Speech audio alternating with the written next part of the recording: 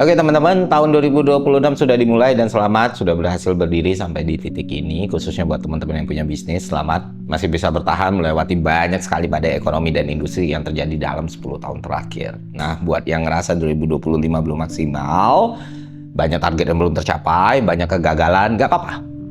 Mari kita coba lagi di tahun 2026 ini, ya kan? Ya, kalau apalagi yang masih muda, cetak gagalnya masih banyak. Dan setiap kegagalan itu ada something new yang kita dapetin, yaitu kesempatan untuk belajar lebih baik lagi gitu. Oke, sebagai seorang pelaku usaha itself ya, awal tahun itu selalu jadi momen di mana gue melakukan evaluasi kepada seluruh usaha yang gue kelola bersama tim gitu ya. Dan di sini gue mau sharing ke teman-teman semua metode evaluasi yang selama ini gue pakai dari tahun ke tahun sehingga bisa berkembang lagi. BTW ini di gedung baru ya teman-teman. Kita dari kamar sekecil itu jadi gedung 4 lantai kan, artinya ada growth, ya kan? Ya kita semua sadar lah teman-teman, dalam hidup selalu ada ketidakpastian gitu. Jadi mau nggak mau lu harus selalu prepare, coba lagi evaluasi, begitu seterusnya. Dan topik yang mau kita bicarakan saat ini itu sebenarnya nggak cuma kepake di konteks bisnis, tapi juga bisa lu pakai buat proyek yang sedang berjalan atau hal-hal yang sedang diupayakan dalam kehidupan teman-teman sekalian. Jadi mari kita bahas.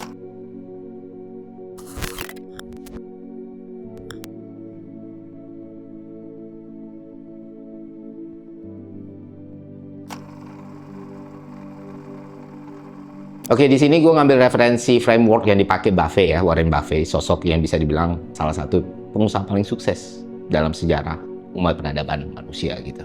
Yang bikin gue suka sama pendekatannya Buffett itu gini nih, banyak pelaku usaha yang mungkin penuh kepalanya mikirin banyak sekali perihal ya, sedangkan Buffett ini justru cenderung menyederhanakannya teman-teman. Dia selalu pakai 3 indikator buat mengevaluasi suatu usaha. Pertama, return of equity. Jadi return of equity ini secara teknis dihitung dengan membandingkan total pendapatan bersih perusahaan dalam satu periode dengan jumlah modal di dalamnya. Gampangnya gini, untuk satu unit modal yang dikeluarin, berapa sih unit keuntungan yang dihasilkan gitu. Makin jauh perbandingannya, berarti makin tinggi return of equity-nya. Para investor ulung kayak Buffett itu ngelihat banyak matriks ketika dia bikin keputusan bisnis atau keputusan investment. Contohnya gini, perusahaan A punya laba bersih 15 juta. Ekuitas atau modal awalnya itu 75 juta.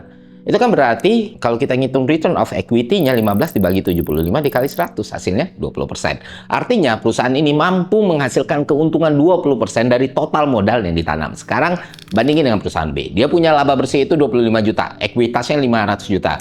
Berarti return of equity-nya berapa? Ya 5% doang. Dari dua perusahaan ini, mana yang lebih bagus return of equity-nya? Ya perusahaan A. Dan itu ngegambarin bagaimana perusahaan jago memaksimalkan modal yang dia punya meskipun profitnya kecil. Kan dia 15 juta sedangkan si B 25 juta tadi ya. Tapi performa perusahaan A bisa dibilang lebih bagus karena return of equity-nya jauh lebih tinggi. Dan akhirnya hal ini ngebantu gue buat tahu sebenarnya modal yang gue injek di sebuah bisnis itu dipakai dengan maksimal atau enggak. Logika yang sama bisa lu pakai dalam konteks usaha apapun ya kan. Nah, misalnya lagi lu berusaha tuh mau belajar bahasa Inggris. Kalau lu pakai cara A, lu invest 2 jam, dapatnya 10% kemajuan. Kalau lu pakai cara B, lu invest 1 jam, dapatnya 30% kemajuan. Dari perbandingan itu lu bakal tahu bahwa cara B itu lebih bagus untuk dilanjutin. Jadi jelas ya soal return of equity ini. Nah, kita lanjut ke indikator kedua, yaitu operating margin. Simpelnya gini. Operating margin ini dipakai untuk ngitung berapa uang yang tersisa setelah semua biaya buat jalanin bisnis itu dibayar, teman-teman. Makin tinggi marginnya, berarti makin bagus bisnisnya. Gimana cara ngitungnya? Secara teknis, hal ini didapat dari hasil bagi laba operasi dengan total pendapatan. Habis itu dikalikan 100% tentu ya. Oke, bingung? Kita kasih contoh langsung. Misalnya perusahaan A dalam sebulan punya revenue 500 juta. Dari pendapatan itu, setelah dikurangi biaya operasional kayak bahan baku, gaji, tim sewa, dan logistik, tersisa laba operasionalnya 150 juta. Nah, di sini tinggal kita hitung 150 juta dibagi 500 dikalikan 100, ketemulah operation margin-nya itu sekitar 30%. Implikasinya apa? Kalau operation margin-nya gede, ruang gerak bisnis tentu besar juga, teman-teman. Jadi bisnis kita punya kesempatan buat ekspansi, entah itu nyobain produk baru, strategi marketing baru, dan seterusnya. Dan itu yang benar-benar gue pakai sampai sekarang. Makanya kalau lu lihat dari DokuVlog yang cuma ada di lorong kecil itu bisa jadi satu perusahaan besar dan bisa jadi satu perusahaan, bisa jadi 2 perusahaan, bisa jadi 3 perusahaan, dan bisa punya gedung 4 lantai. Karena kita ngitung tuh Oh, sekian, sekian, sekian, bisa ekspansi. Oh, karena ada ruang fiskal. Kalau dalam ekonomi ya, ada ruang fiskal yang lebih bebas. Gue bisa melakukan research and development, try and error. Gue bisa pakai cara A dan B dan C dan D dan seterusnya gitu loh.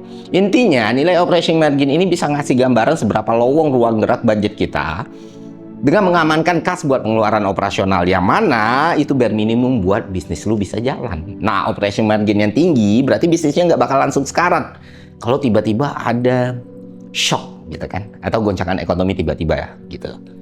Karena kita punya fondasi yang kuat nih, bumpernya tuh cukup untuk meredam hal tersebut. Sebaliknya, kalau lu punya operation margin yang kecil, itu bikin ruang gerak bisnis lu jauh lebih sempit, dan bisnisnya sendiri cenderung lebih rentan sama perubahan mendadak dan volatilitas di pasar. Makanya, kalau lu lagi melakukan evaluasi bisnis, penting untuk mengecek hal tersebut.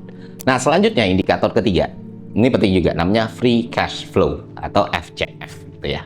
Bedanya sama omset atau laba bersih, FCF ini nunjukin uang kas beneran yang masih sisa setelah bisnis bayar operasional dan belanja aset, belanja modal yang benar-benar urgent atau penting dalam usaha lu.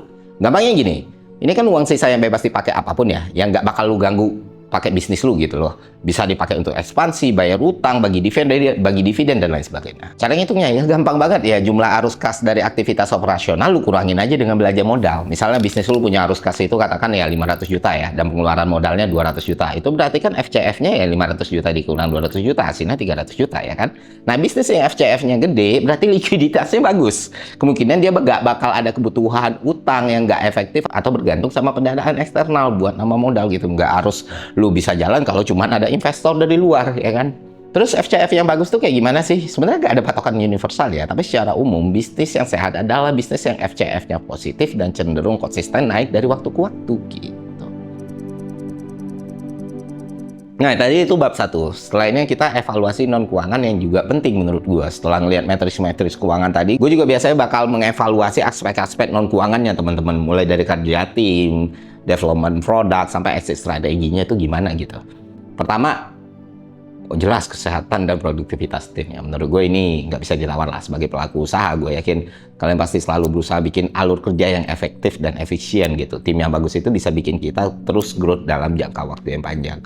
Setelah entitas Malaka ini berdiri dengan beberapa lini usahanya ya, gue bisa dengan bangga mengatakan teman-teman 3 tahun turnover pegawainya sangat-sangat minim, di bawah 5% gitu. Nah, kenapa itu bisa terjadi? Ya karena gue bangun nih sistem alur kerja yang bisa meminimalisir pemborosan, mempercepat siklus produksi, tapi tetap menjaga kualitasnya, serta kebahagiaan para pegawainya gitu. Kalau masih ada yang menyelenceng dari deadline, banyak bikin kesalahan, ya kita reward gitu. Berarti ada hal yang belum optimal. Di sisi yang lain, gue juga perlu mastiin skill anak-anak ini bisa naik gitu.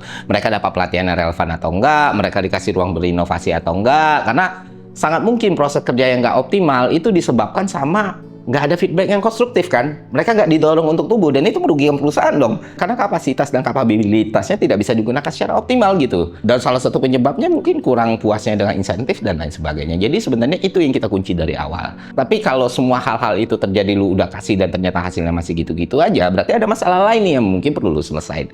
Mungkin stres, kecapean, atau udah ada urusan personal yang ganggu performa pegawai lo atau karyawan lo. Dan salah satu prioritas gue dalam hidup ya ini teman-teman, sangat-sangat concern dengan apa yang dirasakan oleh teman-teman yang kerja bareng gue. Makanya penting banget untuk bikin sistem kerja yang bisa bikin akomodasi, yang bisa mengakomodasi kepentingan lo, tapi juga di sisi lain bisa fit sama kapasitas timnya. Artinya kalau mau produktivitas lo naik terus, kapasitas timnya juga harus ditambah juga. Bukan cuma dengan nambah orang, tapi memastikan pertumbuhan orang yang ada berjalan dengan baik dan mereka mencapai puncak potensinya. Kedua, soal produk market fit, teman-teman. Nah, ini juga yang gue rasa sebagai business owner ya. Lu harus rutin ngecek. Kenapa demikian? Karena gini teman-teman, akan sangat mungkin produk yang awalnya kita kira bagus, paten banget ya kan, dan bakal mendisrupsi dunia gitu, merubah dunia, ternyata nggak ada peminatnya. Nah, ini yang sering terjadi di salah satu faktor kenapa banyak startup yang gulung tikar lebih cepat, karena mereka terlalu pede sama produknya, nggak melakukan sesuatu yang benar-benar menguji tingkat kepercayaan diri itu layak atau tidak. Fitur-fiturnya canggih, keren mentereng, tapi ternyata produknya nggak sesuai dengan demand masyarakat atau kebutuhan masyarakat. Nah, ngecek kesesuaian produk sama demand itu bukan cuman hype promosi doang gitu loh. Ya kebanyakan orang kan mikir, wah hire sosial media strategis, bakar ads, tapi kalau produknya nggak bisa dijual atau orang nggak suka ya gimana? Promosi kita itu mungkin bisa ramai banget, konten kita bisa jadi paling viral dalam sejarah internet, tapi produk kita nggak laku. Itu bisa aja gitu loh teman-teman. Walaupun itu juga berpengaruh ya sama tingkat reach-nya produk, tapi itu bukan satu-satunya faktor yang menentukan. Yang menentukan kesuksesan sebuah produk itu adalah apa yang terjadi setelahnya. Mereka beli lagi nggak? Mereka mau lagi nggak? Mereka mau nggak beli tanpa diskon? Mereka mau nggak membeli untuk harga yang sebenarnya nggak mereka anggap murah? Yang pengen gue bilang adalah ketika lu punya tujuan, ketika lu punya ambisi, lu mesti ngecek realitasnya seperti apa. Jangan sampai lu maksain produk yang nggak works dan akhirnya bukan cuma bikin keuangan lu rusak, tapi bisnis lu juga hancur. Dan bukan cuma itu, satu industri bisa berdampak sampai ke labor marketnya. Ketiga, evaluasi soal exit strategi. Jadi exit strategi itu simpelnya cara lu keluar dari bisnis atau investasi yang nggak sesuai rencana dengan kerugian seminimal mungkin. Nah, yang sering gue temuin itu banyak pelaku usaha yang salah kaprah tentang exit strategi, teman-teman. Karena kan konotasinya negatif banget ya, karena dianggap ya ngaku gagal gitu, nggak optimis dan lain sebagainya, atau mundur sebelum berjuang gitu. Padahal exit strategi tetap penting dalam perencanaan apapun. There's always plan B ya kan, karena selalu akan ada kemungkinan situasi itu berubah menjadi kemungkinan yang terburuk gitu. Nah, kalau kemungkinan terburuknya udah terjadi dan lu nggak ada planningnya, lu nggak ada contingency plan-nya, ya seperti apa? Makanya idealnya dari awal lu udah mikir nih, oh exit strateginya ketika situasi mitigasinya seperti apa, exit strateginya dipikirin dari awal. Misalnya bisnis itu mau besar gitu, dibesarkan, ujungnya apa, titiknya apa, mau kemana, apakah dijual, melantai di IP, melantai di bursa, dipegang keluarga turun-temurun, atau justru bakal dilepas kalau syarat tertentu tercapai. Nah, itu juga lu harus pikirin. Kalau kita punya gambaran itu, keputusan sehari-hari kita itu bisa lebih nyambung, teman-teman. Kita tahu mana yang lebih diprioritaskan dan mana yang bukan. Ketika sesuatu itu berjalan nggak sesuai harapan, kita sudah punya nih, oh plan B-nya harusnya kayak gimana gitu. Harusnya kayak gini, kayak gini. Nah, sekarang gue mau bahas soal pengambilan data buat evaluasi. Tentu ketika gue ngejalanin evaluasi, bisnis yang gue jalanin, nggak mungkin narik data sebanyak itu dan serumit itu secara manual. Buat urusan ini ya, kita selalu pakai aplikasi Odoo lah. Partner Malaka yang jadi sponsor di konten ini. Buat yang belum familiar, Odoo itu adalah platform ERP dengan lebih dari 70 aplikasi yang sudah terintegrasi dalam satu ekosistem.